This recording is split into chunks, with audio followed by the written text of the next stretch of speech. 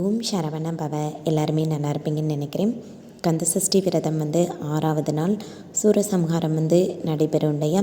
அந்த சூரசம்ஹாரத்தை வீட்டில் இருந்து டிவிலே பார்த்துட்டு தலைக்கு குளிச்சுட்டு நம்ம பூஜை ரூமில் முருகப்பெருமானுடைய வேல் இருக்கு இல்லையா, அதுக்கு அபிஷேகம் பண்ணி முருகப்பெருமானை மனம் குளிர வச்சாச்சு.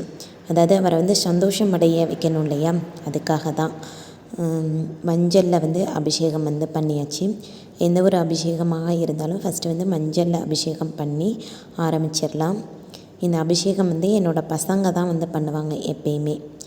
ரொம்ப அழகாக, ரொம்ப பொறுமையாக, நிதானமாக பண்ணுவாங்க. இந்த மாதிரி ஒவ்வொரு விஷயங்களும் என்னோடய பசங்களுக்கு நான் சொல்லி கொடுத்துருக்கேன். எந்த மாதிரி அபிஷேகங்கள் பண்ணணும் அப்படின்னு சொல்லிவிட்டு.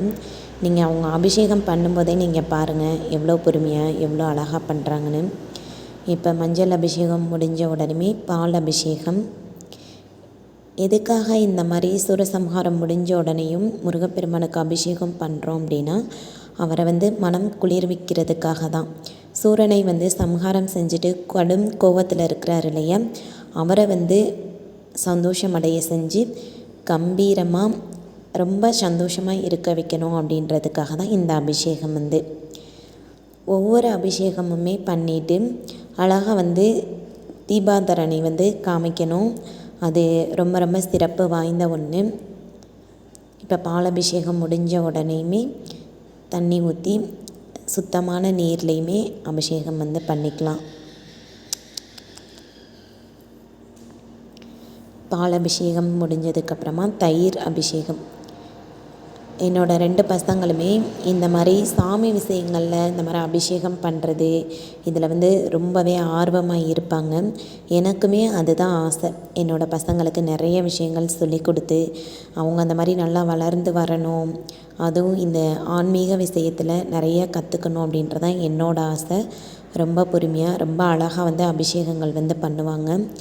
மாதம் வரக்கூடிய சஷ்டிக்குமே இவங்க தான் அபிஷேகங்கள் பண்ணுவாங்க. வீட்டில் எப்பயுமே வீட்டில் அபிஷேக பொருட்கள் வாங்கி வச்சுக்குவேன். வீட்டில் என்ன பொருள் இருக்கோ இல்லையோ மித்த ஜாமான்கள், ஆனால் அபிஷேக பொருட்கள் சாமிக்கு தேவையான எல்லா பொருட்களும் வீட்டில் இருக்கணும். எனக்கு அதுதான். தேன் அபிஷேகம் பண்ணியாச்சு. இந்த தேன், பன்னீர், சந்தன பவுடர் இது எல்லாமே வாங்கி பூஜை ரூமில் ஸ்டோர் பண்ணி வச்சுக்குவேன். அப்பப்போ அபிஷேகங்கள் பண்ணும்போது இதை எடுத்து நான் அபிஷேகங்கள் பண்ணிக்குவேன். அப்போ தான் எனக்கு மனசுக்கு ரொம்ப நிம்மதியாகவும் சந்தோஷமாகவும் இருக்கும். அதுக்காக தான் இந்த கந்தசஷ்டி விரதம் இருக்கிறவங்க கண்டிப்பாக எல்லாருடைய வேண்டுதலையும் முருகப்பெருமான் நிறைவேற்றி கொடுப்பார். நம்பிக்கையோடு இருங்க, எல்லாமே நல்லதாகவே நடக்கும். தேன் அபிஷேகம் முடிஞ்சதுக்கப்புறம் பன்னீர் அபிஷேகம். முருகப்பெருமானுக்கு பிடித்தமான பொருட்கள் மஞ்சள், பால், பன்னீர், சந்தனம், ஜவ்வாது, விபூதி இந்த மாதிரி பொருட்கள்லாம் வச்சு அவருக்கு அபிஷேகம் பண்ணும்போது அவர் மனம் குளிர்ந்து ரொம்ப சந்தோஷமாக இருப்பார். அதுக்காக தான் ரொம்ப அழகாக அபிஷேகங்கள் பண்ணியாச்சு. இப்போ கடைசியாக பார்த்திங்க அப்படின்னா விபூதியில் அபிஷேகம் பண்ணிக்கலாம். எந்த ஒரு அபிஷேகமாக இருந்தாலும் கடைசியாக பன்னீரும் விபூதியும் பண்ணணும். ஏன்னா அந்த பன்னீரோட வாசனை அப்போ தான் இருந்துகிட்டே இருக்கும். அதுக்காக தான் இப்போ விபூதி அபிஷேகம் பண்ணிவிட்டு நம்ம அபிஷேகங்களை முடிச்சுட்டு மலர்களால் அலங்காரம் பண்ணிக்கலாம். பாருங்கள் முருகப்பெருமான் எந்த அளவுக்கு அழகாக ஜொலிக்கிறாரு அப்படின்னு சொல்லிட்டு. இந்த வேலுக்கு மிகவும் சக்தி அதிகம். ஏன்னா ஆதிபராசக்தி அப்படின்னாலே அவங்களுக்கு ரொம்ப சக்தி வாய்ந்தவங்க.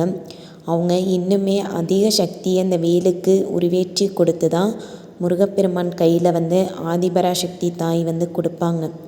அதுக்காக தான் இது ஒரு வெற்றி வேல், வீரவேல், சக்திவேல், ஞானவேல், இந்த மாதிரி மிகவும் சக்தி வாய்ந்த வேலாக இருந்துகிட்ருக்கு. இந்த வேலை நம்ம வழிபாடு பண்ணும்போது நிச்சயமாக எல்லாரோட வாழ்க்கையிலையும் ஒரு மிகப்பெரிய மாற்றம், வளமான வாழ்வை முருகப்பெருமான் கொடுப்பார். எவ்வளோ அழகாக இருக்காங்கன்னு பாருங்கள். ரொம்ப பிரகாசமாக இருந்தது வேல். மனசுக்கு ரொம்ப நிம்மதியாகவும் சந்தோஷமாகவும் இருந்தது. அபிஷேகம் முடிச்சுட்டு முருகப்பெருமானுக்கு சிறப்பான மலர், செவ்வரளி மலர்களால் அலங்காரம் பண்ணி சர்க்கோண தீபம் ஏற்றி முருகப்பெருமானை மனதார வழிபாடு பண்ணியாச்சு. இந்த கந்தசஷ்டி கவசம் முடிஞ்சு முருகப்பெருமான் ரொம்ப சந்தோஷமாக இருப்பார். மனம் குளிர்ந்து இருக்கிற நேரத்தில் அவர்கிட்ட நம்ம என்ன கேட்டாலும் நமக்கு கொடுப்பார். அதுதான். அதனால் முருகப்பெருமான்கிட்ட இரு கைகளையும் நீட்டி மனதார முருகப்பெருமானை நினச்சி அவர்கிட்ட நம்மளோட வேண்டுதலை சொல்லியாச்சு. என்னுடைய வேண்டுதலையும் எல்லாருடைய வேண்டுதலையும் முருகப்பெருமான் நிறைவேற்றி கொடுக்கணும் அப்படின்னு மனதார வேண்டியாச்சு. சூரசம்ஹாரம் முடிஞ்ச உடனேயுமே அழகாக அவரை மனம் குளிர செஞ்சு அழகாக அலங்காரம் பண்ணி பார்க்குறதுக்கே ரொம்ப அழகாக இருந்தார். நெய்வேத்தியமாக பார்த்திங்கன்னா சர்க்கரை பொங்கல், தயிர் சாதம் இது தான் ரெடி பண்ணியிருந்தேன்.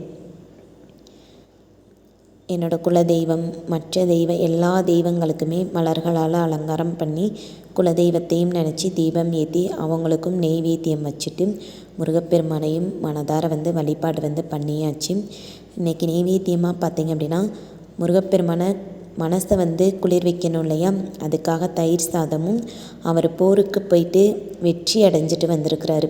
அதாவது கெட்ட எண்ணங்கள், தீய சக்திகள் எல்லாத்தையும் அழித்து சூரசம்ஹாரம் பண்ணியிருக்காரு இல்லையா, அதுக்காக அவர் சந்தோஷமடைய செய்கிறதுக்காக சர்க்கரை பொங்கல் இனிப்பாக வச்சு இது 2 தான் இன்றைக்கி நெய்வேத்தியமாக வச்சு முருகப்பெருமானை மனதார வழிபாடு பண்ணியாச்சு.